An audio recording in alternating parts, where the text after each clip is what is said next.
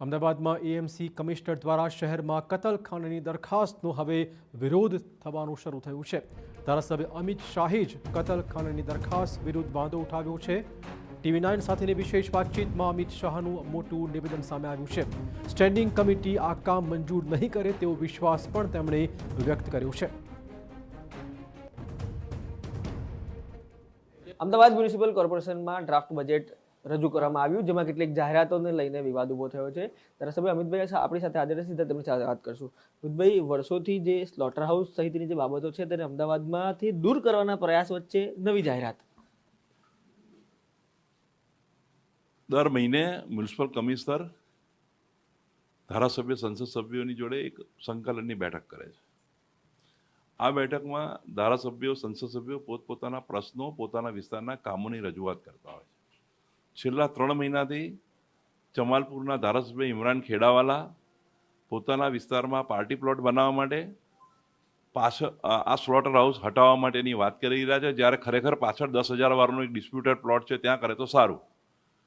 અને સતત એમની માંગણીના કારણે મ્યુનિસિપલ કમિશનર આ બજેટમાં સ્લોટર હાઉસ હટાવવાનું કામ લાયા છે। ભારતીય જનતા પાર્ટીના ઉચ્ચ નેતાઓ કદાચ આમાં ધ્યાનમાં નહીં હોય, પરંતુ ગુજરાતના ઇતિહાસમાં પહેલીવાર ગાયોને પાંજરાપોળોમાં પૈસા આપવાનું ભારતીય જનતા પાર્ટી ગાયોને જીવાડવાનું કામ કરી લાવી છે, ત્યારે આ સ્લોટર હાઉસનું કામ ભારતીય જનતા પાર્ટી મંજૂર નહીં કરે એવું મારું મક્કમપણે માનવું છે।